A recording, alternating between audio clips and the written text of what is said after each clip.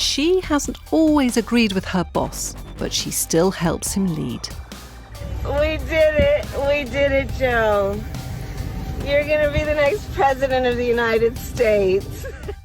He helps run a union and has many leaders to please. All leaders have followers. We will show you what it takes to be a good follower and why it isn't so different to being a leader. Kamala Harris, Vice President of the United States. She has strongly criticised the man she now works for, President Joe Biden. She questioned him about racial issues and his past policies. So why would he choose her as a deputy? Why would she follow him? We did it. We did it, Joe.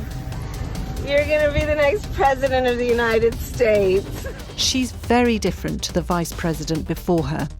Mike Pence got a reputation for being a reliable, quiet supporter of his president. Was he too quiet? Kamala Harris is obviously not from the same background as her boss. But that works for President Biden. America's race divide was a big issue in 2020, the year he got elected. Having Kamala Harris on his team made him more appealing to ethnic and minority people. But following him gives her more power, so they both win. What can we learn from this? If you think about Kamala Harris's experience, she's had a lot of experience, both as a political leader and as a political follower and a legal leader and follower. And if you compare that to somebody like Pence, it becomes relatively clear quite quickly that her relationship to the president, to Biden, is different in the sense that she is prepared to support him, but also to be critical of him or to make him more cautious, which is something which Pence has never really done with Trump. As an experienced politician, Kamala Harris is able to be both critical and supportive of Biden. Why is this important for a president? Trump really didn't have anybody who followed him in the sense of being what we might call some kind of constructive dissenter, i.e. somebody who was willing to follow, but at the same time was aware of where the leader was trying to go. So I think Kamala Harris has got that notion of being a constructive dissenter, and perhaps Pence is the opposite. Pence might be regarded as a destructive consenter. So he allowed things to go ahead without dissenting from them, knowing probably that they were going in the wrong direction. Kamala Harris is a constructive dissenter. She is someone who wants to help, be constructive, but is not afraid to challenge, be a dissenter. Mike Pence was perhaps the opposite. Was this wrong? You have some kind of responsibility to ensure, if you accept the leader's authority as legitimate, to ensure that the direction traveled is the right direction, as opposed to you're going in that direction because the leader has told you it's the right direction. And of course, it might not be. So followers do have a responsibility to challenge their leaders if they think they are making a mistake. Does this make them the best kind of follower? I think it's probably somebody who's willing and able to dissent under certain circumstances, but under other circumstances is willing to comply. I mean, you don't want people to dissent all the time, otherwise we never get anything done. But you need to have some level of dissent or some level of resistance if necessary. And I think that the difficulty for leaders is trying to accept that the people that are trying to lead might not necessarily agree with them. So leaders, if you want good followers, you need to listen to them and accept criticism. How easy is that to do? I think a lot of this is about trust. You have to be able to build up a relationship of trust so that when followers criticize you, you're willing to accept it as a useful and truthful criticism, which is beneficial for the organization and not necessarily a personal thing or something to do with this poor relationship. Trust between leaders and followers is key. If you trust the other person, whether they are your boss or your employee, constructive criticism is easier to take.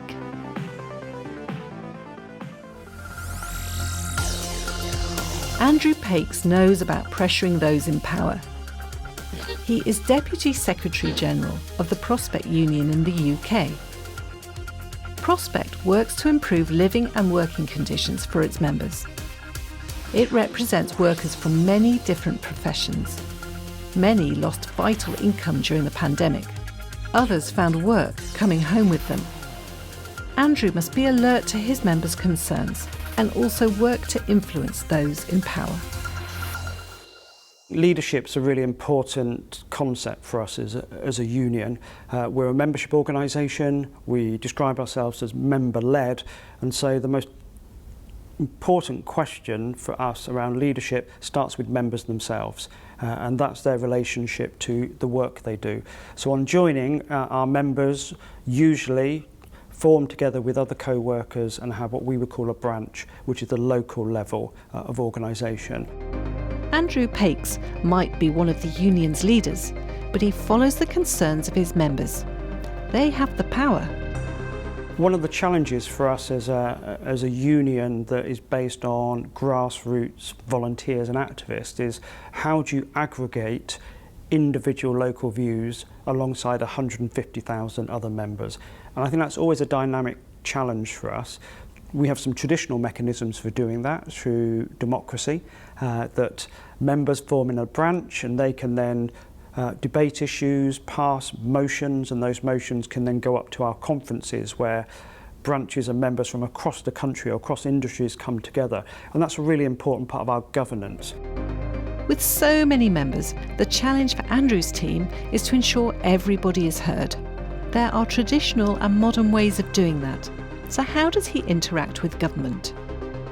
I think there's a real push and pull with government about making sure that they are showing the leadership that our members want them to. Sometimes we know government is planning for a big issue. On other times it comes from us listening and working with our members.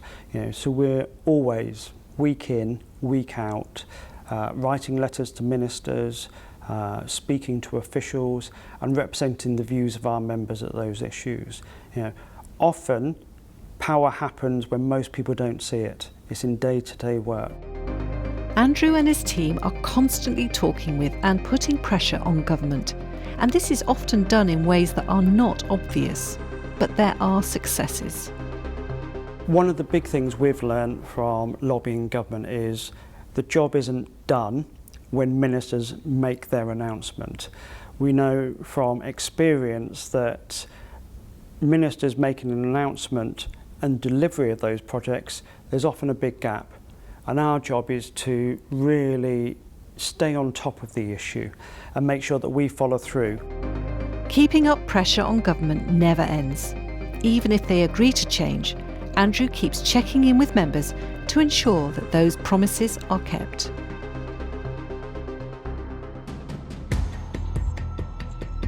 So followers have a vital role to play in leadership.